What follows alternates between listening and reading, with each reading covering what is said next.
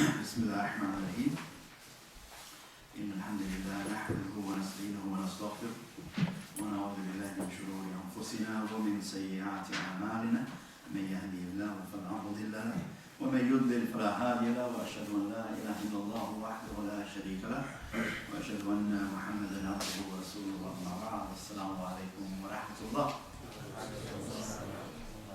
We're now looking at hadith number 3 in the 40 hadith in the Kitab al-Arba'in al-Nawawiyah, the 40 hadith of Imam Nawawis rahmatullah alayh, of 42 as they are. Hadith number 3, we covered hadith number 1, which was about niyyah, intentions and sincerity. Hadith number 2 was about holistic Islam, complete Islam, Iman, Islam, Ihsan. آتاكم يعلمكم دينكم, he came to teach you your religion. And so we realize that there are obligations in terms of what we believe, Iman. There are obligations in terms of what we outwardly do, Islam. And there are obligations in terms of the actions of the heart, the spiritual actions of the heart, Ihsan. The first is covered by the science of Aqidah, beliefs. The second is covered by the science of fiqh, Islamic law or jurisprudence, of what is halal and haram, what is obligatory, recommended, disliked, prohibited, allowed. And the third is covered by the science of tazkiyah, suluk, tasawwuf, ilm al-ihsan. All of these words cover the same thing, the obligations of the heart and how to purify the nafs, the soul, from its vices. And then now hadith number 3. Hadith number 3. So, Yashif, if you want to read hadith number 3. الحديث السادس عن أبي عبد الرحمن عبد الله بن عمر بن الخطاب رضي الله عنه قال سمعت رسول الله صلى الله عليه وسلم يقول بني الإسلام على 5 شهادة أن لا إله إلا الله وأن محمدا رسول الله وإقام الصلاة وإيتاء الزكاة وحج البيت وصوم رمضان رواه البخاري ومسلم. Excellent. On the authority of Abu Abdurrahman Abdullah ibn Umar ibn al-Khattab, may Allah be pleased with him, who said, I heard Allah's Messenger sallallahu alayhi wa sallam saying, Islam is built upon five pillars, bearing witness that there is no God but Allah and that Muhammad sallallahu alayhi wa sallam is the Messenger of Allah, establishing the prayer, giving the zakah, performing the pilgrimage to the house, and fasting in Ramadan, related by Bukhari and Muslim. Related by Bukhari and Muslim. A few things here. First thing, that it's related by Bukhari and Muslim, just to keep in mind, we have 3 levels of hadith that increase in certainty in yaqeen. If any hadith is related in Bukhari or in Muslim separately, then they are it reaches one of the highest degrees of certainty that yes, indeed, the Prophet ﷺ said these words. Higher than that is if Bukhari and Muslim both relate the hadith in their collections, then the level of yaqeen, the level of certainty of the Prophet ﷺ saying that is even more. And if a hadith is not just in Bukhari and Muslim, but it is mass transmitted, and the religious term for something which is widely transmitted is called mutawatir, tawatur, mass transmitted, then that's even more certain. Even more certain. Of course, it doesn't mean that the only Sahih hadiths are in Bukhari or Muslim. There are Sahih hadiths scattered throughout so many other collections as well, in the Sunan collections. Sunan Abu Dawud, Tirmidhi, Ibn Majah and Nasa'i, in Ibn Khuzamah Sahih, Ibn Hibban Sahih, in the Mu'jam al-Tabarani, Mu'jam al-Kabir, al-Saghir, wa-Awsat of Tabarani. There are many other hadith collections in the Musannaf of Abdul Razak and Ibn Abi Shaybah. But when you hear something related by Bukhari and Muslim, it's like, definitely, you don't doubt at all that the Prophet ﷺ said so. Okay, it reaches the highest level of certainty. That's one thing. Second thing is, An Abi Abdurrahman Abdullah ibn Umar ibn al-Khattab. So Abu Abdurrahman, the father of Abdurrahman, that's his kunya, Abu Abdurrahman, but his name is Abdullah ibn Umar. Abdullah, the son of Umar ibn al-Khattab, the second caliph. Ibn Umar radiallahu anhu, when his father Umar radiallahu anhu accepted Islam, Abdullah was very young. In fact, Abdullah was born 10 years before the Hijrah. That is to say, around about 3 years after the Prophet ﷺ first received revelation. 3 years after the Prophet ﷺ first received revelation in Ghar Hira, in the cave of Hira, Ibn Umar was born. Abdullah ibn Umar was born. Okay? So he's born in 10 years before the Hijrah. He made migration Hijrah with his father Umar when he was very young. He grew up to be one of the greatest Muslims and one of the most devout, one of the most pious Muslims. And he grew up to be one of the greatest scholars of Islam. He is known to be a zahid, a worldly renunciant, as well as someone who is incredibly devout. And he has from his khususiyat, from his distinctive virtues, is that Ibn Umar would often copy the Prophet ﷺ to the T, even where you don't have to imitate the Prophet ﷺ, in the terms of, for example, one day Ibn Umar radiallahu anhu is riding like some camel on a journey, and others are with him, and he just got to a particular point, and he just made his camel almost turn 360 degrees, and he carried on. When they asked, why did you do that? He said, I remember traveling one day with the Prophet ﷺ, and his camel did a turn here, and so I just wanted to imitate him. Okay? Ibn Umar radiallahu anhu would only wear sandals that had 2 straps, because the sandals, even though the Prophet ﷺ had more than one pair of sandals at different times, but the normal sandals of the Prophet ﷺ only had 2 straps.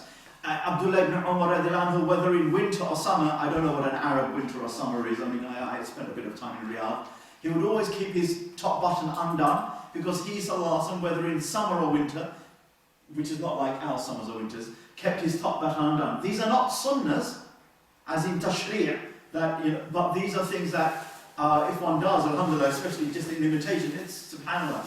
But his father wouldn't do that, and most companions wouldn't be like that.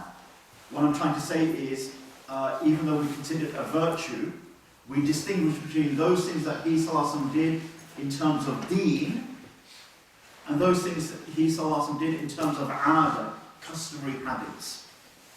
Those things that he sallallahu alaihi wasallam did in terms of deen that becomes his sunnah, then those things we are encouraged to copy, imitate, and act upon. Those things he did in terms of his blessed habits, his aada mubarakah, then there's no encouragement to copy it, but we have at least one of the Sahaba, Ibn Umar, who was known, famous for this. But notice how his father didn't do this. His father didn't walk around with the top button undone, or in fact, his father did the opposite. One day, Umar radiallahu anhu is traveling with a group of the companions, and they stopped in their journey, and many people just rushed towards this particular place.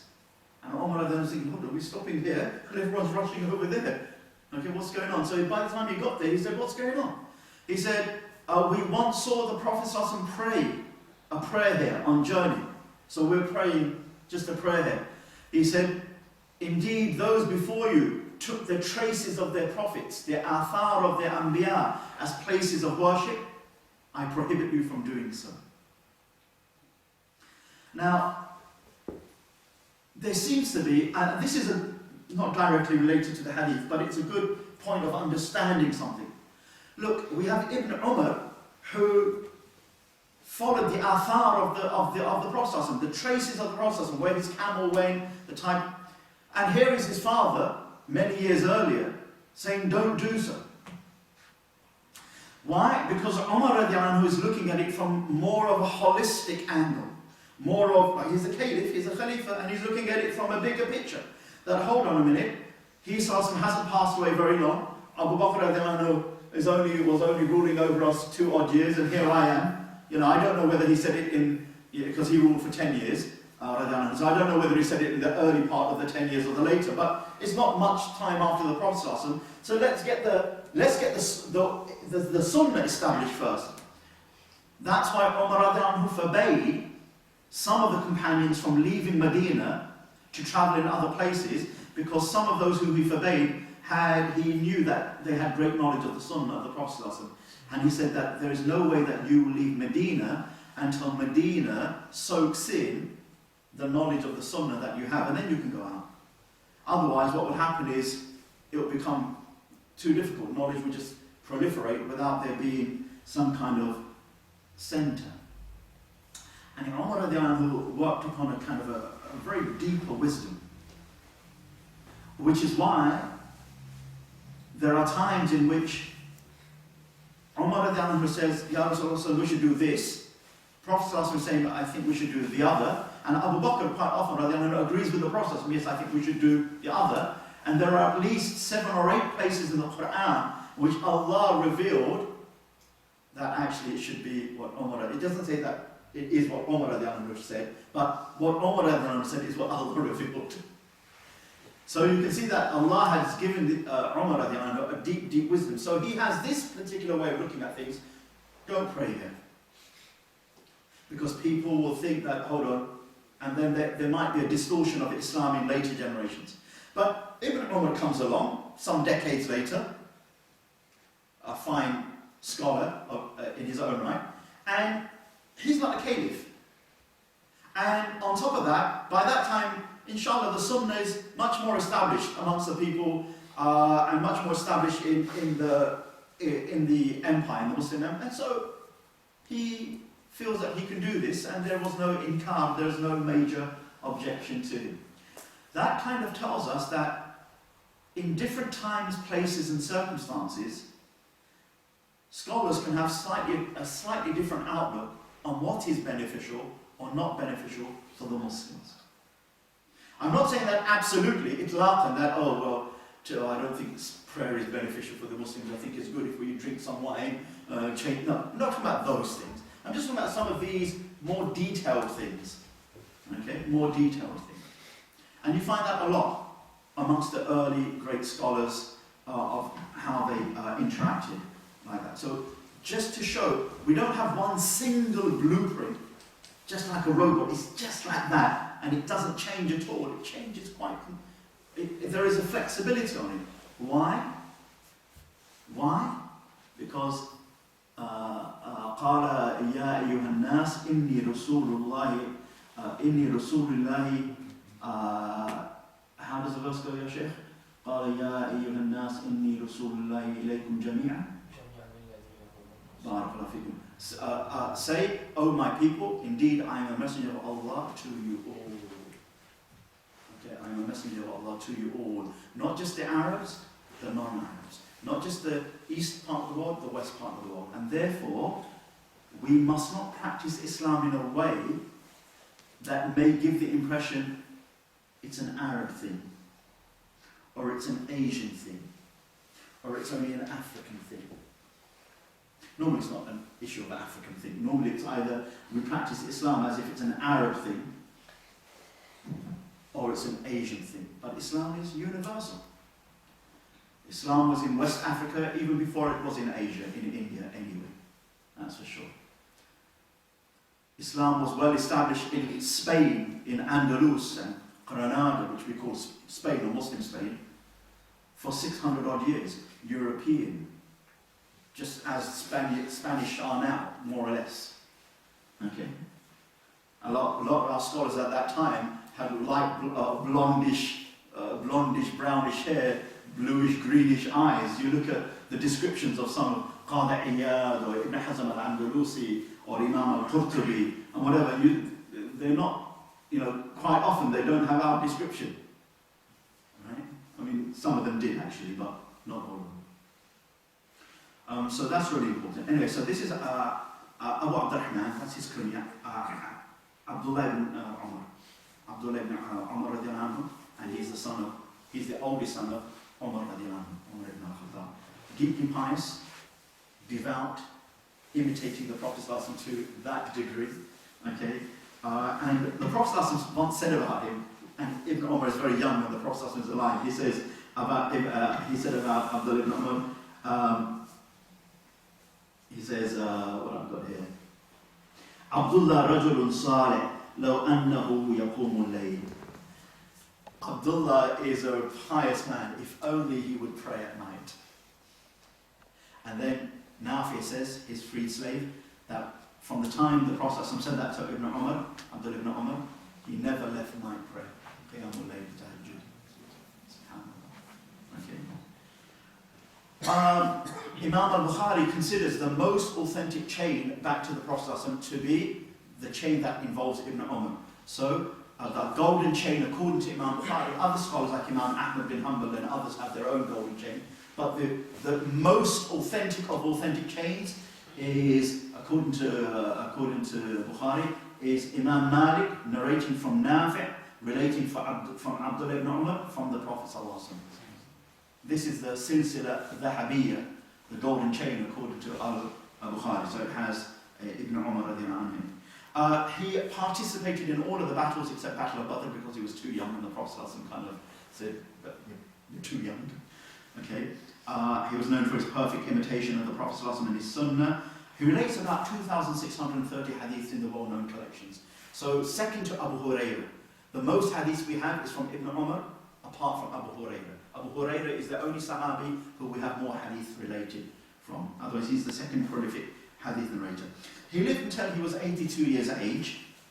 He became blind in the last years of his life, and he died in the year 72 Hijrah. There is an incident where one day Ibn Umar, quite old now, he's riding along with a little entourage somewhere, and then they find some other people, other travellers on the road, and they're just not travelling, they're just waiting. And he says, what's wrong with you people? They said, further down the road there's a lion, and it's caused us to be fearful, so we're just staying here. So Ibn Umar radiallahu anhu gets off of his horse or riding beast, his dabba, and he walks up to the lion, and he grabs it by the ear, and he just takes it off the path, and then everybody carries on. Ibn Asakir mentions this in the Tarikh Dimashq, in the history of Damascus that he wrote. And the idea behind there is that, when a person has that fear of Allah subhanahu wa ta'ala, and that awe of Allah puts creation at his service. Okay? That's not a sunnah to do or not. You see a lion, probably had no hand there, knowing us. It is said that Hajjaj ibn Yusuf had a hand in the killing of Ibn Umar. Okay, that's the most commonest thing that we know, that Ibn Umar was poisoned by Hajjaj because Ibn Umar just said didn't shout, just spoke some words of truth to power, and Hajjaj didn't like that, and then found a way some days later to poison him, and then some days after that Ibn Umar dies from that poison. According to one of the two opinions of the scholars, that's what happened. Background to this hadith has no asbab al-wurud or sabab al-wurud. There's no particular reason why this hadith was actually said. So let's look at actually the hadith. So the Prophet ﷺ says, Bunya al-Islam ala khams. Islam is built upon 5. Okay? And in one hadith you have arkan actually mentioned, 5 pillars. Not this hadith, but another hadith mentions Islam is built upon 5 pillars, 5 arkan. And then he mentioned what these 5 pillars are. Shahadati an la ilaha illallah wa anna Muhammad Rasulullah, to testify to la ilaha illallah Muhammad Rasulullah, pillar 1. Wa iqam as-salat, pillar 2, establishing the prayer. Wa ita'i zakah, giving the zakat, pillar 3. Wa hajji al-bayt, performing pilgrimage to the house, pillar 4. Wa sawmi Ramadan, and fasting in Ramadan. Another hadith will swap the last 2. Sawmi Ramadan wa hajji al-bayt, okay, with pilgrimage coming last. And that's the normal way we find the process of mentioning this. Even in the hadith of Jibreel, akhbirni anil Islam, inform me about Islam. Islam is shahadati la ilaha illallah Muhammad Rasulullah, praying the prayer, giving the zakah, fasting in Ramadan, performing the pilgrimage if you're able to do so. That's the normal way, but in this particular hadith, it's Hajj first and Ramadan next. And the wow, wasawmi Ramadan, wa, in Arabic grammar, wa is not always tartib, for order. Wa can just be, just to join one thing with the other, but not necessarily in order. Okay, the Arabic language has the fact that you can use wa and to mean tartib, that one thing comes after another. And sometimes the wa and can just be, just one thing is somehow connected to the other, but not necessarily in that time order. Which is why if you look into the Quran and you see the verses that speak about Adam alayhi salam and Iblis and the angels bowing down and Allah breathing the ruh into Adam alayhi salam, you'll find in one place it tells it A, B, C. And then in another surah it's A, C, B. And another surah C, B, A. Like that. It's like, oh, is that a contradiction? No, it's because the wow here in some of those places is not for tartib, it's not for arrangement, it's just one thing is just linked to another. And at some places, the wa, and is for tartib, is for chronological arrangement, which requires us to have a very strong knowledge of Arabic to know that, let alone understand the context of the Quran to those details. Anyway, so Islam is built upon 5 things. Notice how Islam is built upon 5, not Islam is 5 things. Islam is built upon. So there is more to Islam than these 5 things.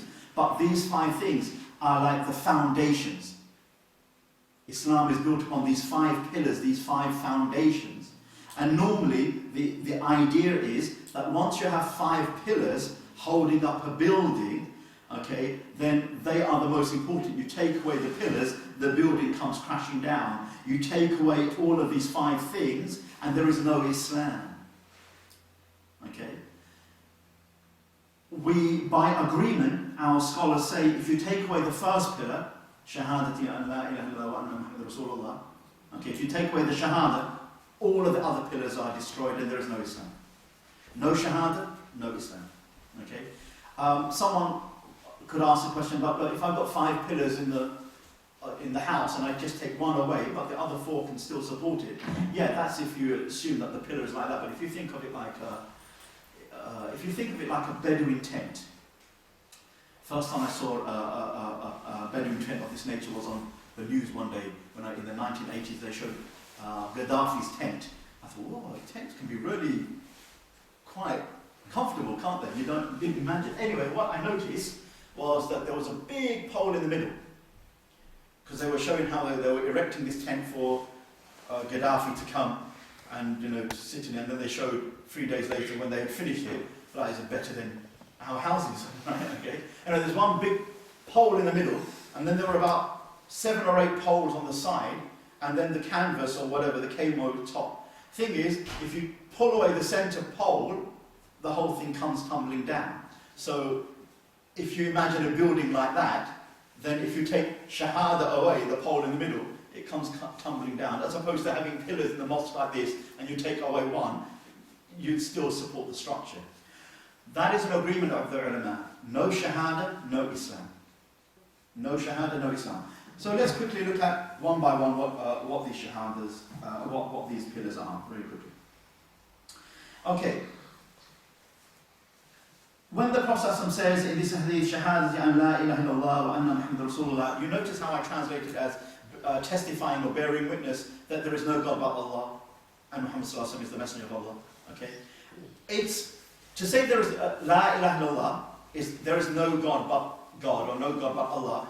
In one sense, it's okay, but it's not very accurate. Okay, because if I say there is no glass but glass, no microphone but microphone, it's like, oh, has Abu Ali been smoking something funny? And it doesn't really make too much sense in English. Say that. Okay, there is no God but there is no this. There's no X but X. Okay, and then so no, we use a small G for God. There is no God but capital G God. That helps.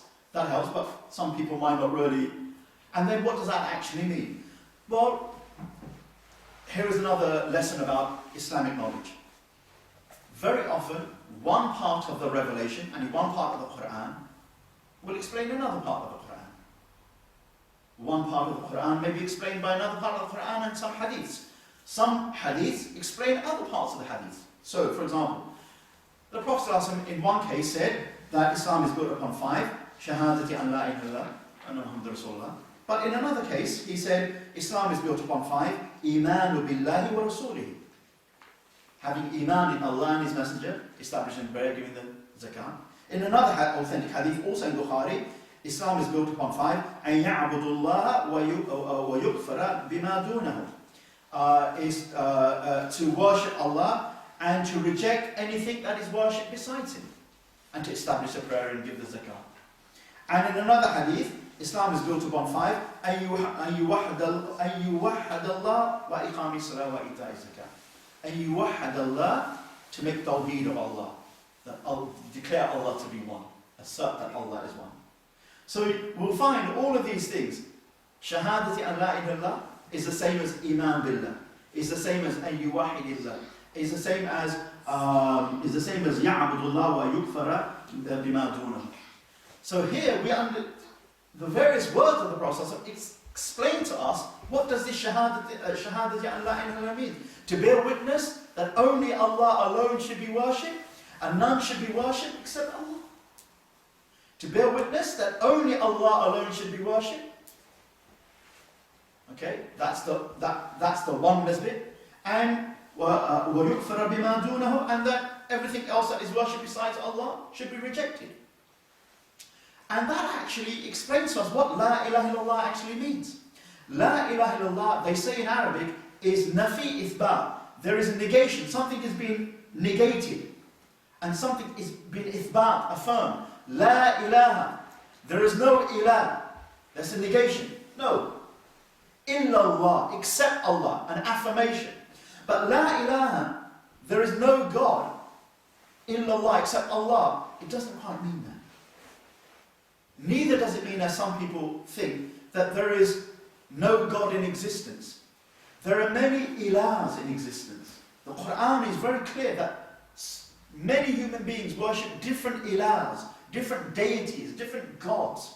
In the Quran will also say, have you seen that person who takes his hawa as his ilah? He takes his whims and desires as his ilah. The Prophet says, have you not, woe be to the worshipper of the dinar and the dirham, of money. The Quran will say, all these things that people take as an ilah, as a deity besides Allah, all of this is wrong. So there are many deities. Some people take trees and stones and stars as deity. Perhaps not so many people now, but they did not too long ago. Some people take power and wealth as deity. Some people take the natural forces as deity. Some people take Isa alayhi salam as a deity. Some people took angels as deity. Some people might even take Maryam alayhi salam as a deity. Some people may take whatever else is worshipped besides Allah, whatever else is taken as an ilah besides Allah, that's wrong, false. There is nothing that is worthy or deserving of being taken as an ilah illallah except Allah. So la ilaha illallah is la ma'buda bihaqqin illallah. There is no deity worthy of worship, deserving of being worshipped illallah except Allah. Not there is no God in existence except Allah, because there are many gods. There's only one true God with a capital G, but there's many deities or gods. Nor is it only God is worshipped, because many other things even today are worshipped besides Allah subhanahu wa ta'ala. No, it means none has the right to be worshipped. Whatever else is being worshipped, and many things are being worshipped, and many things will continue to be worshipped besides Allah. Whatever is worshipped besides Allah, none has the right, none deserves to be worshipped except Allah. La ilaha illallah. So shahadati an la ilaha illallah is to bear witness to this. Anyone done jury service here? Anyone ever done jury service here? Am I the only one? All right, okay. So a couple of years ago, I got called up for jury service and couldn't get out or whatever. Anyway, what you do is, you have to listen to, on the jury, you have to listen to these cases. There was some person, I won't say whether male or female, I can't remember if it's a non-disclosure or whatever, but there was some person who was brought in as a witness. And this person,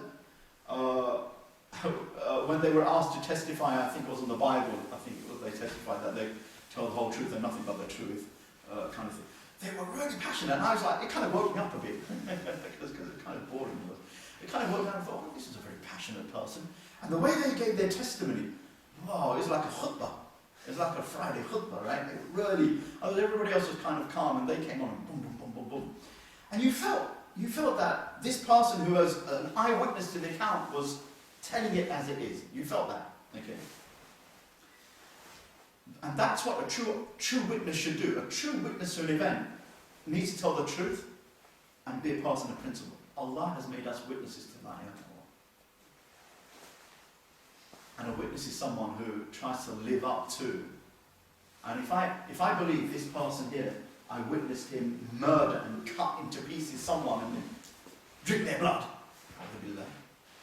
I'm not going to say that I witnessed him, and the next thing is me and him are going out for a doner kebab and chips, 10:30 at night, and no one's around. Because I've just seen my witnessing what he did a couple of hours ago will lead me to maybe to tell the police, but minimum is, you know what, you go on your own, bro, I'll just go home for dinner. Because my witnessing something will have an effect upon how I relate to that incident and issue. Our witnessing to Allah, to La ilaha illallah, must have an effect. Muhammad Rasulullah will cover that more detail, but Muhammad is the messenger of Allah, that he is the final prophet of Allah. Allah sent him to guide mankind to faith and to Allah and to how to worship him. And therefore, Muhammad Rasulullah has 4 or 5 rights over us. Okay? 1, we must believe in all that he was sent with. Whether my mind can understand it or not, once I know, yes, this came from the Prophet ﷺ, I need to accept it. Part of the haqq that the Prophet ﷺ has over me, and part of the shahadati anna Muhammad Rasulullah is that I must believe in all that the Prophet ﷺ sent me, even if my mind can't understand. How is it that the Prophet ﷺ said that on the Day of Judgment there will be a bridge over hellfire, and the bridge will be finer than a sword, sharper than a sword and finer than a hair, and people will cross over it, and some people won't be able to cross over it? How can the aql, the mind, the intellect, imagine a bridge finer than a hair that you can actually walk across? I mean, you and I can't even walk across this prayer line on the carpet. You know, if it was like a rope, unless we're one of those tightrope walkers, which is probably not going to happen, we can't even walk across that. And that's so many thousands and thousands of times wider than a hair. Just imagine a hair's width. The Prophet said that. So whether we understand it or not, but he said it, we must believe in it.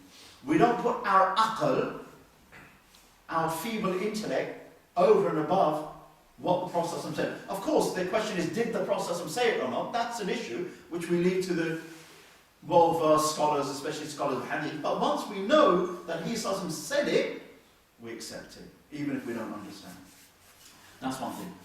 To believe, to have iman in all that he was sent with, to do what he commanded, secondly, to keep away from what he prohibited, thirdly, to worship Allah according to his sharia. So he's given us a revealed law, a sacred law. That is the only way we can worship Allah. We can't invent our own ways of worshiping Allah. And finally, to believe that there is no prophet after him, sallallahu alaihi wasallam. Those are the basic rights of the Prophet. There are a few more rights, but those are the main rights. So that's shahadati an la ilaha illallah.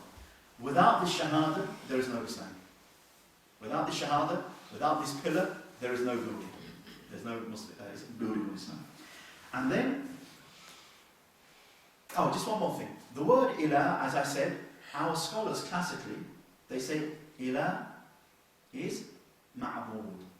Something that is deified or worshipped.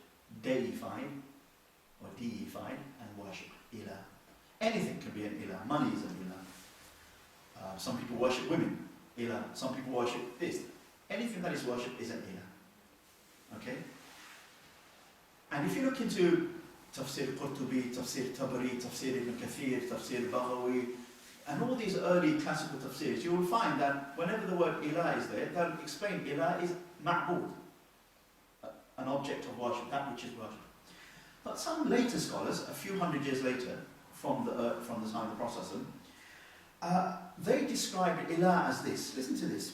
They say, and the mutakallimun, these are people of kalam, and they say this: ilah al-mustaghni an kulli min ma siwa wa muftaqir ilayhi kulli ma adahu. المستغني عن كل ما سواه ومفتقر إليه كل ما عداه. The one who is not in need of anything and to whom everything turns to in need, that is ilah. The one who is not in need of anything but to whom everything else turns in neediness, that is ilah. So they say that the meaning of ilah, or ilah, is explained like this. But you think, hold on a minute, didn't our salaf, didn't our great early scholars from the Tabi'un and the Tabi'un and Tabi'un in the earliest generation, they clearly explain ilah to mean ma'bud. How? An object of worship. Then how can we have this explanation, which has become a very acceptable explanation in mainstream Sunni Islam? That's because these mutakallimun, these theologians of Aqidah, there came a time when you're not just talking to Muslims. Brother, what does ilah mean? Ilah is ma'amud. So, la ilaha illallah, la ma'amud bihaqqin illallah. Oh, thank you very much. Now, Islam is growing. It's now moving into areas where there's Christians, Jews, Majus, Zoroastrians, Manichaeans, a few atheists, a few believers of this, a few believers of that, and it's spreading all around.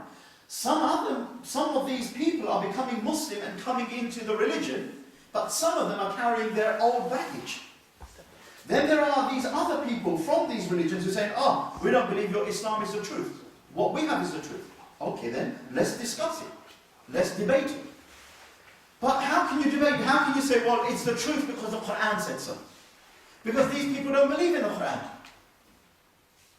You're debating with some, at this time, let's say 1,000 years ago, okay? You're debating with someone who is a Majus, Zoroastrian.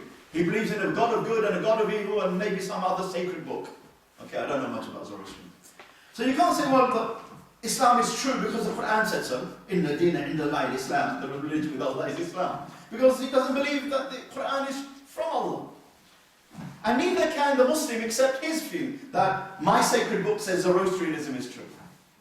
So what mankind did, even before Muslims, but including the Muslims, they thought, okay, so what kind of common grounds do we all have? Aql, rationality, reason. True, very true. And this is why some of the scholars said, well, look, when we debate some of the people from other religions, we can't debate just from our scripture, our book. We'll have to use that type of language which is common to everybody, the language of aql, of rationality, of reason and logic. But of course, our reason and logic will be guided by the Quran.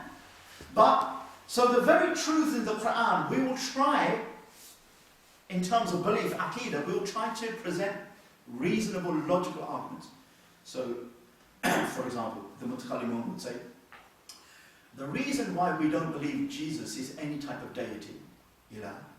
The reason why we don't believe this thing that you're worshiping is an ilah, or this thing or that, is because didn't Jesus a.s. eat food? Need air to breathe? Doesn't this thing need you, this God need you to make it with your own hands, with your wood, your chisel and whatever? Doesn't this need this? Doesn't this, anything that is needy, we don't believe, can be the true God, because the true God is not in need of anything outside of himself. And rationally, aqaliyan, that's sensible. Now, where did they get that from? Actually, the Quran says, look at Mary and her son, look at Jesus and his mother, or Mary and her son. Did they not eat? Will you not then understand? The Quran is saying look, if you think about it, they can't be deities in any sense of the word, because they're needy. And the Quran has one or two other places where it uses a similar argument. So what these Mutakallimun did is, look, when we're going to debate people like that, let us have as a background, as a basis, a dalil aqli, an intellectual proof or a rational proof. that anyone outside of our religion can believe you. It makes sense to them. And then once they understand that, we can bring them into Islam. So you may find many scholars today, they'll say ilah is mustaghni anil kull, is something that it doesn't need anything, is independent of anything. Of course, Allah is mustaghni anil kull. Okay, Allah is free of the needing anything, and everything is in need of Allah. But I'm just to let you know, so that we don't think, oh, that's a dodgy thing. Because in my tafsir book it says ilah ma'bud, and now they're saying mustaghni anil kull. Because they're looking at it from another way. And the science of Aqidah develops very much on those bases. That basis, and Allah knows. So that was about La ilaha illallah Muhammad Rasulullah. Let me just go on a bit more, inshallah. And then the second pillar, iqamis salah, establish a prayer. Not just pray, but establish prayer. Throughout the Quran and in the numerous hadiths, the command is not pray, but establish prayer. Aqimus salah, aqimus salah, aqimus salah. Okay, iqamatus salah. So there's a difference between praying and iqamatus salah, establishing the prayer. They say establishing the prayer is praying the prayer, fulfilling its conditions, its obligations, as many of its recommendations as possible, and its adab and akhlaq, and its etiquettes and courtesies. Without fulfilling its conditions, obligations, and the things that beautify it, and its adab, we're not really aqimus salah, iqamatus salah, we're not really establishing the prayer like the Quran is saying. So iqamus salah, according to our scholars, we can sum it up like this. 1, believe in the obligation of prayer. Believe in the obligation of prayer. That Allah has made prayer obligatory upon us 5 times a day. If someone says, I'm a Muslim, but I believe that we only have to pray 2 times a day, that person isn't a Muslim. Or we might say, look, maybe you've forgotten, or maybe that was a slip of the tongue. Okay, it can happen. Maybe they meant to say 5 and it came out as 2. Right? Okay, slip of the tongue. But if they insist that no, it's 2 or 3 or 4, or they say 7, 8, 9 as a fard, and they don't say 5, it's not a Muslim. Why? Because they're rejecting something very clear-cut in Islam. Not only is it so clear-cut that you and I know it, the scholar and the layman, even the non-Muslim knows, so many non-Muslims know. That's how well known it is in Islam, of praying 5 times a day. Now, whether a person prays or not, that's a different issue, but to believe that we pray 5 times a day. Okay. So the first thing is believing in its obligation. Then secondly, performing the prayer on time. Inna salata kanat alal mu'minina kitaban mawquta. Prayer has been prescribed upon believers at fixed, stated times. Thirdly, fulfilling its shurut, its conditions, its arkan, its pillars, and its wajibat, its obligations. There are things that are conditions. Like, for example, my clothes have to be clean, my place has to be clean, the time has to be there, I have to make a niyyah that this prayer is for Allah. These are conditions, shurut of salah. Okay, they're not the only ones, but they're some of the main ones, okay, for example. Okay, istiqbal or qibla, I have to be facing the qibla, okay, or doing my best to face the qibla. And then there are, one or two of the madhabs, the schools might differ, but there are saying Allahu Akbar in the beginning, takbir tahrima. It's a must to do. Okay, to bow, ruku, it's a must to do. To make 2 sajdas is a must to do. Okay. Someone who intentionally leaves this, muta'ammidan, leaves this, is either nullified a part of his prayer or the whole prayer itself. Okay. And then there are things which are recommended to do. The dua istiftah. Okay, right just before Surah Fatiha, there is an opening dua, or there are a number of opening du'as. Subhanakallahumma wa bihamdika wa tabarak ismuka wa ta'ala jadduka wa la ilaha. For example, that's a recommendation. If you do it, you get a lot of reward. If you don't do it, no sin. But we try to get as much reward in prayer. Okay? To say, for example, to say at least one Subhana Rabbiyal Azim or Subhana Rabbiyal Ala, it's a must. But the better way, the preferred way is 3. Subhan Rabbi al-A'la, Subhan Rabbi al-Azim, or 5 or 7, a long number. 3 being the normal one, especially if you lead the prayer, because you shouldn't make it too long or too short. It should just be right for the congregation. Okay? How much you want to do in your own prayer, then that's different. So we need to know those things. Thirdly, to try to complete its sunnahs.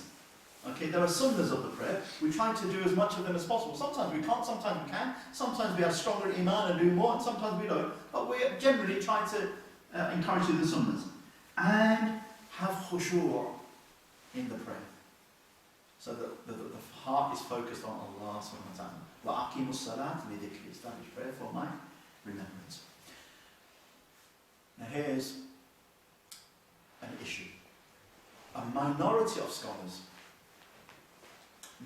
this opinion is normally associated with Imam Ahmad bin Hanbal radiallahu anhu, the last of the 4 Imams. He's not the only scholar, but he's most associated with this. Had the belief, because of the saying of the Prophet Al-Farqu baynana wa baynakum as-salat faman tarakahu faqad kafar. The difference between us Muslims and them non-Muslims is just the prayer. The dividing line between us Muslims and them non-Muslims is the prayer. Whoever leaves it has faqad kafar, has committed disbelief. Imam Ahmad, in one of the 2 well-known opinions from him, had the view that a person who leaves the prayer,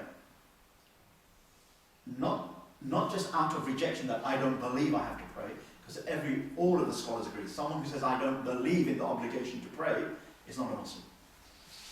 But even if someone believes in the obligation to pray and they don't pray out of laziness, then faqad kafar, they've committed disbelief outside of Islam. He has 2 views, but that is one of the views. The normal view in the Hanbali school, is no, that person has committed disbelief, but not that type of kufr or disbelief that takes you outside of Islam. That type of disbelief which is the worst of the sins that you could do in Islam. Nevertheless, that is a valid view. The majority of scholars say no, these hadith are to be understood just as I explained in the second view, that it is a type of disbelief, because you can't deny what the Prophet said, faqad kafar. That's how bad it is. He has committed disbelief. But what type of disbelief? The one that takes you outside of the religion? Or there is a type of disbelief, they say kufr duna kufr. A disbelief lesser than the big disbelief, that you're just about in the religion. So prayer is a serious thing. Sometimes using these warnings helps people to pray. Sometimes it scares them too much away. Oh well, haven't been praying for a long time. Khalas, I'm just a nobody. Then we shouldn't use this. Then we should use all those hadith that tell you that, you know what, if you pray, Allah loves you, and He gives you this reward, and the people who pray are best with Allah, and whatever. Sometimes we have targheeb, we encourage them and draw them in. Okay? And sometimes it's tarheeb, to warn them. So the carrot and stick, they say in English the carrot and stick. The carrot is, then you, whatever, and the stick is like that, okay? Not always the stick, and not always the carrot. Okay? It depends on the situation. Okay? But that's how serious the prayer is. Now, he said those things. It's the first deed that we'll be questioned about after the Shahada. It's the greatest pillar of Islam after the Shahada. Okay? One who prays, but he lies, he cheats, he steals, he womanizes, he disobeys his parents, is in the scales, in the mizan of Sharia, probably better than the one who doesn't pray at all, but he doesn't steal, he doesn't womanize, he doesn't do all those other vices. We don't say, oh, mashallah, you pray, but you can womanize. No, we advise the brother, but we're just saying prayer is so, the qima, the wazn, the weight and the value of prayer is so heavy. Barring the shahada, nothing else is comparable. When we say, oh, he's a good man, actually, if we were to use the scales of the Sharia, a good man or a good woman is prayer first. Because because it's the worst sin that someone can commit. If we begin to understand that, then you can see how our way of thinking has even changed. Forget about practicing, acting. We can see how shaitan and the dunya has made our thinking wrong. Even our thinking wrong. Okay? When I was, it happens less now, but it still happens too much. But when I was growing up, it used to happen a lot. So here is, mashallah, my daughter is getting married to this really nice person. And what is this nice person? He's got a haram job. He doesn't even pray. He barely gets to Jum'ah. He doesn't, sometimes even misses Jum'ah. And how is he a nice person? How is he an appropriate husband? What is he going to tell his children? How is he going to bring angels into the house? How is he going to have the barakah and the pleasure of Allah in the house? But the generation above, we used to do that, and people we still do that now. We still do that. We need to judge according to. We don't have to be harsh to such a person. Gentleness, brother. Why don't you pray? Be good for you, and all these other ways that will work, inshallah. We should be like that. Okay. ادعو إلى سبيل ربك بالحكمة والموعظة الحسنة وجادلهم بالتي هي أحسن. Invite to the way of your Lord with wisdom and beautiful exhortation, and argue with them in ways which are better or more gracious. Okay, so definitely we have to have وَقُولُوا لِلنَّاسِ حُسْنًا and speak to the people nicely and beautifully. Okay, so definitely we should be having gentleness. And the Prophet said, rifq, gentleness, doesn't come into anything except it beautifies it, nor is it removed from anything except that it disfigures it. So no doubt, I'm not denying that, but I'm just saying, one is how bad or good. We need to, according to what Allah has said. Otherwise, what's the point in having revelation if I'm making up my own rules and decisions? Okay. And whilst it is true, don't get me wrong here, whilst it is true that a Muslim who intentionally targets women and children and other non-soldiers in a cafe or in a club or in a pub or on a bus or wherever else it be, and they are non-combatants, and if they're not soldiers, okay, then such an act is not jihad. Not because the non-Muslims want us to say that, but because from 1200 years ago, 1300 years ago, 1300 years ago, because of the hadith of the Prophet, we had an ijma', a consensus, that those who are غير أهل الكتاب, those who are not combatants, are not allowed to be targeted. That's why the Prophet says, and do not cut down trees, and do not kill the monks and the priests and the nuns. Because the monks and the priests, sometimes monks would be fighters, but normally nuns were never fighters.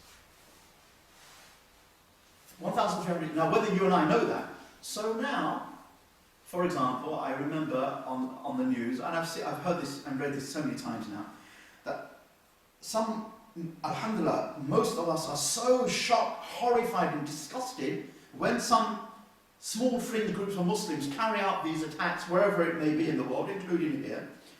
We are so shocked and disgusted, it has led some of us to say, oh, they're not Muslim and we'll never bury them in the Muslim graveyard. It's not for us to decide with our own mind who is a Muslim and who is not. If there is something in Islam that tells us doing this makes you a non-Muslim and doing that, then that's different. Merely because someone does something haram, even shockingly, vulgarly haram like that, it doesn't make them a non-Muslim. Especially if they believe that they're acting according to Islam, but they have a deviant understanding. Then they are deviant Muslims, but they're Muslims. And every Muslim, deviant Muslim or rightly guided Muslim, a wicked Muslim or a pious Muslim, a Muslim who doesn't obey his parents, he drinks wine, but he still believes in Allah, Rasul, Akhirah, Quran, he gets in a prayer. like that, let alone a person who's one of Allah's awliya, all of them are Muslims who deserve to be buried in the graveyard of the Muslims. And you and I don't decide who is allowed to be buried in a graveyard or not. Allah decides. It's important that we understand mental slavery or ideological slavery. There are people who may not tell us what is right and wrong, but they are shaping my values and my ideas and my thinking. That type of slavery is worse than the clear-cut slavery. When you have chains on your hands and feet, at least you know you're enslaved. But if I'm actually pressing a button and remote controlling you from a distance, you think, oh, look at me, I'm free as a bird. But actually I'm controlling you from a distance. The first thing the Quran comes down to is this hurriya, this freedom of thought. Step back from the world. Don't believe everything people do and say. The dominant views in society, challenge them. Think about them. Is it right? And then, with that understanding of Tawheed, then we move forward. It's really important. Prayer sits right at the center of a Muslim life. Let me read one or two things to finish it, and then we'll do zakah and the three others later, because the first two are incredibly important. So I'm just going to read from this book. Originally in Arabic, Islam, Religion of Life. I can't remember the Arabic title it's called. Sheikh Abdul Wadud Sha'rabi, rahmatullah alayhi, was a great Azhari scholar. Okay, a scholar from Azhar. Okay, and he wrote a book that got translated into English called Islam, Religion of Life. Just to give you an idea as well, not only was he one of the great scholars of Azhar, and he was the deputy Shaykh of Azhar. So he wasn't the Shaykh al Azhar, but he was the one below. So that's a really high level of scholarship. But he's the type of person who, okay, at one point in his life, he was so simple and worldly detached, Zahid, for some reason, he had to give away all of his possessions, and he lived with just hardly anything at all. And this was someone who was a Shaykh al-Azhar, okay, and he didn't really bother him. And he practiced what he preached. That's what I'm trying to say. So he says in this beautiful introduction to Islam, and for non-Muslims who, especially for non-Muslims who like to read good stuff at a good English level, this is a really, really beautiful book. SubhanAllah, really beautiful. Translated by Sheikh Abdul Hakim Murad, so it makes the translation very, very good. But anyway, let me read bits and pieces about prayer, just to give us a flavour. We all know about prayer, but it's nice to have a flavour. 5 times in every day, the Muslim turns his back on whatever has been preoccupying him and bows and prostrates in submission before his Creator. In 10 minutes' time, he's talking about someone who's leaving work and he's going to the mosque now. In 10 minutes' time, he will be back at work, but with an evident burden lifted and a new expression on his face. For the regular act of salat is a powerful aid to the constant, unceasing remembrance of the eternal presence of Allah. Islam forbade monasteries, it never needed them. Man is not to shut himself away from the world, rendering his service to Allah in a purely selfish activity. Rather, he must be a participant in the joys and the sorrows of the world, which for those who understand is an arena of self-discipline and austerity, more effective than any monk's monastery. Through the prayer, the believer constantly pulls himself back to the remembrance of Allah and acquires the ability to see the hand of Allah in everything which comes to him. The Prophet Muhammad once compared it to a stream running by a house, and he said, if a person were to wash in the stream, he said, 5 times a day, would any dirt remain upon his body? None would remain on his body, the companion said. And so the Prophet remarked, such is the 5 daily prayers. They're like a stream that we bathe in 5 times a day.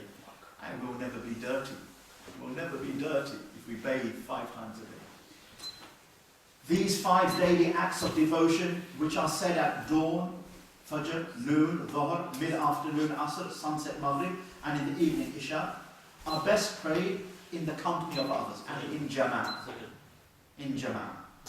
But the Quran teaches that for those who wish, other prayers are are particularly effective when observed at other times also. And then he says 53 to 57, let me just get to 53, I'm going to skip a few pages, and then I really like this book, ever since I read this book many years ago. So, within 10 minutes the prayer has drawn to a close. It is usually followed by a short number of litanies of dhikrs, chosen and recited by each worshipper as he feels appropriate. Often hands are raised in supplication, in dua, asking the Lord in devotion and sincerity to grant his love and his mercy, or to petition him for some secret need. A few more individual prayers are said, sunnah prayers. And then people begin to leave the mosque, transformed by this sudden change of direction, and restored to a fuller and more natural awareness of God. They return to their work with vigour and a new energy, having been calmed and spiritually recharged by the experience of facing their Maker and Creator.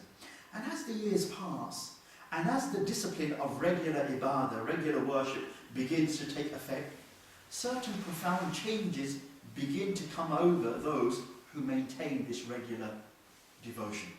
For each prayer, they are cleansing themselves with the waters of heaven. If they understand their ibadah, their worship correctly, and allow it to purify their inner beings and their inner lives, then each new act of devotion will not merely restore what has been lost, but will provide a step upwards on the ladder of spiritual growth. Each prayer will become more and more absorbing, and more powerful and awesome, until our whole lives become infused with the awareness of Allah's grace and protection. And that's why the Prophet, when he was in distress and when there was something which was agitating him, he said, Ya Bilal, give the adhan. Calm me down, delight my soul. I mean, we say, oh, I need to get to Westfields to do a bit of shopping, let me just watch a bit of football and it will calm me down, let me just go smoke a cigarette, or whatever, right? But no, that's because we don't understand the connection with Allah, because prayer has become just a routine thing that we say, okay, let me just get it over and done with now quickly. Boom, boom, boom, now. And actually, inna salata tanha anil fahsha'i wal munkar. Prayer saves you from sins and shameful deeds, but I'm still sinning and I'm still doing shameless deeds. The fault isn't with prayer, the fault is how I've not connected and internalized my prayer. Okay. Just one more point here, one more part I want to read. There is one more aspect of the Muslim prayer which we should mention. In the vision of the Quran, prayer has a social impact. So he's been talking about the personal growth. Now he's talking about the societal benefit. It has a social impact. As Allah says, prayer distances us from evil, corruption and aggressiveness. The mechanism of this, the way it happens, is complex. But it is nevertheless clear that as the inward voyage progresses, the one embarked upon it finds himself simultaneously drawn both into and away from the society that surrounds them.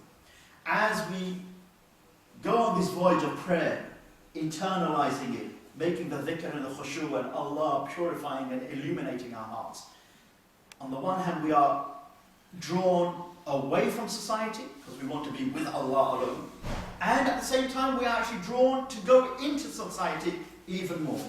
How? He is drawn into society, in the sense that he feels himself to be overflowing with the delight of closeness to Allah, and longs to bring something of his delight to others, thereby consolidating further its hold within his soul as he begins to live in the service of his fellow human beings, in the khidmah of other people. On the other hand, as he discovers that the best things in life are inward, so he finds less and less satisfaction in pursuing those things which the nafs, the lower soul, craves for. Good food, fast cars, power, reputation, the list is familiar. These two opposing forces do not in fact clash, as secular critics of religion would claim. Rather, they create a new and radical synthesis in the human personality. For the man or woman who is transformed by regular prayer is also undergoing a basic change in his or her social function. No longer is such a person essentially a consumer, sleepily sucking at the teat of the materialistic golden calf. Instead, he shows himself concerned with improving society.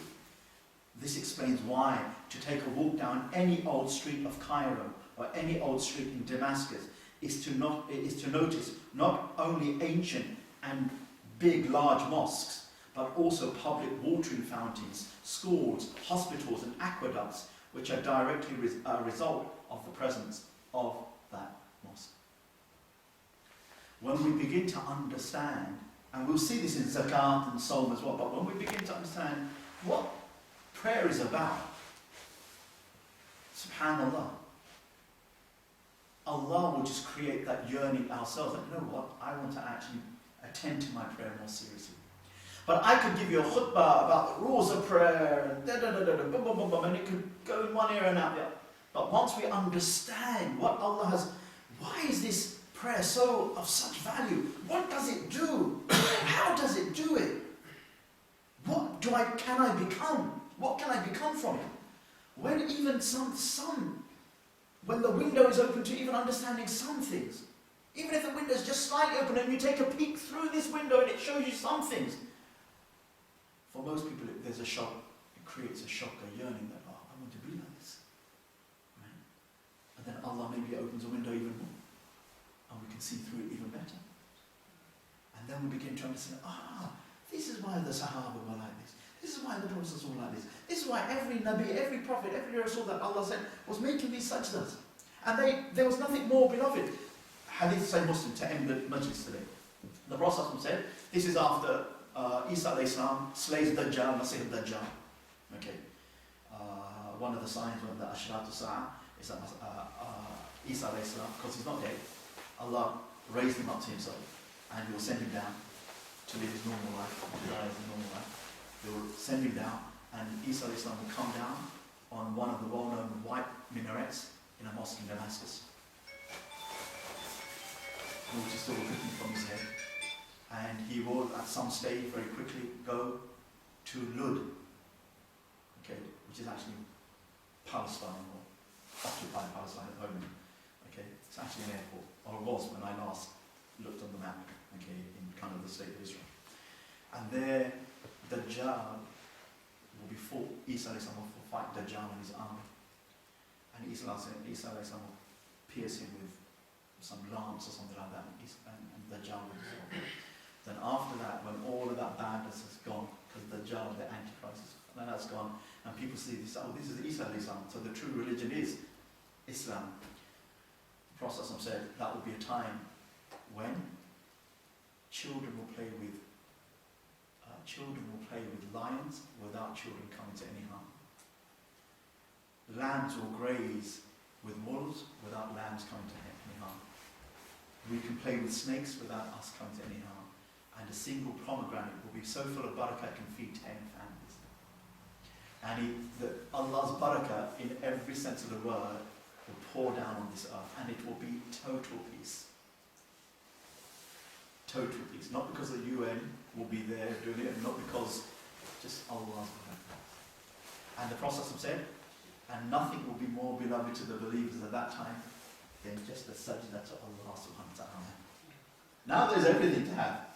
But those people realize the qeemah. There's nothing that the dunya could give us. I should love for this pomegranate that can feed 10 families, ya Allah.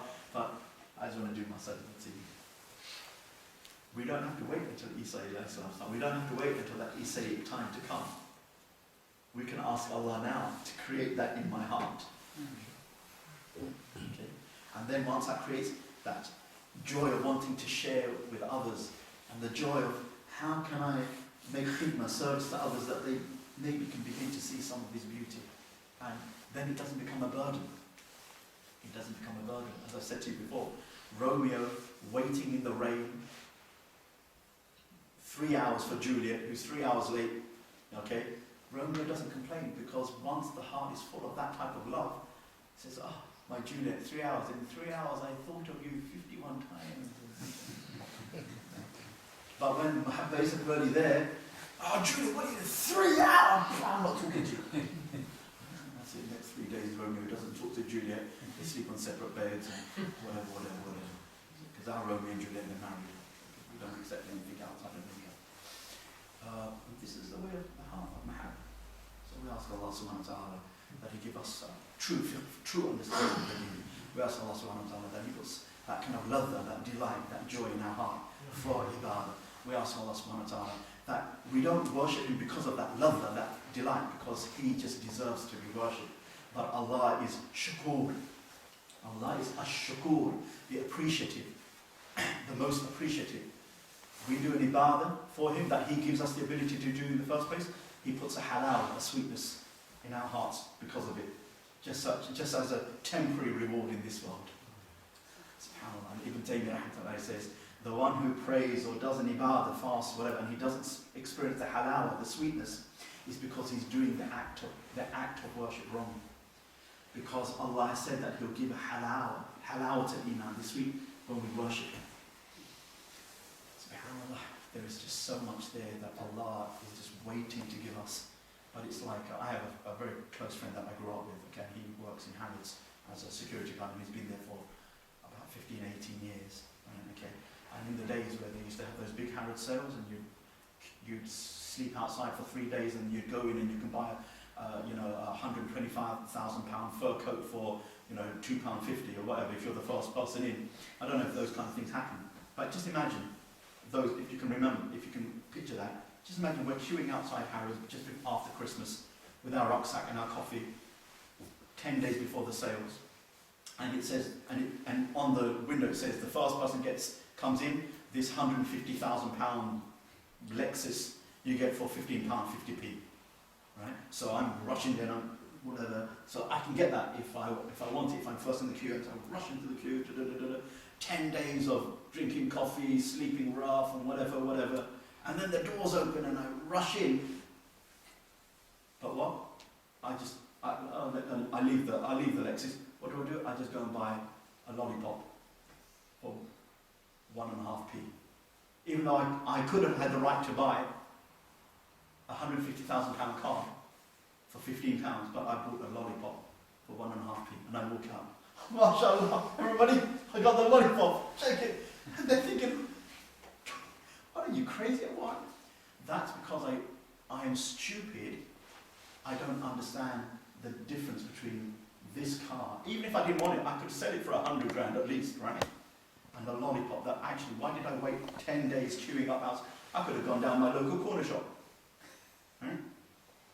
That's how we are in terms of dunya and akhirah, ibadah and dunya. And Allah's just saying, look, my Jannah is Harrods trillion times over. Take what you want. And I'll even point you to the best. And what do? We still come out with a lollipop. So who is to blame? Really, is it America to blame for this? Is it the Muslim rulers over the Muslim world to blame for this? Is it our coalition government to blame for this? Is it still Tony Blair to blame? The ex-war criminal? Or the ex-prime minister who's a war criminal? Or is it just us, our stupidity, our detachment? When we're kind of honest to ourselves, we can begin to take some serious responsibility for our lives. We ask Allah subhanahu wa ta'ala for tawfiq, especially this faqir. I might be able to explain something well, but subhanAllah, if I could get even one little drop of what I'm speaking about, I'd be a really happy man. So we ask Allah subhanahu wa ta'ala for tawfiq. We ask Allah subhanahu wa ta'ala that He draws us near Him, subhanahu wa ta'ala. Any final questions, inshallah? 9:05, we can try to finish at 9:15. Sisters, I can't really finish at the 9 o'clock mark. I do appreciate that some of you with children need to get home. But you're going to have to really forgive me, but I kind of have this policy that when it's circles for adults, especially in areas that don't have too much running, I just have to give priority to that, the seriousness of the circle. And it's not that I don't feel for fathers and mothers with children and the difficulty it is, I'm also a father and whatever, although my children are very old now, mashallah. But still, I can't sacrifice one for an overall greater good, inshallah. So I'll try to finish at 9:15 as best as possible. And I hope that we can accommodate for that. I got one question. I couldn't find the conclusion. Answer myself. You know the Adhan. I don't put the knowledge about this person. Whatever knowledge I had, I found everywhere Adhan should be everyone twice. But the Iqamah would be once, only Qadqamah Salah would be twice. How is established in our society twice everything Iqamah and do you know the history of this? Okay. The question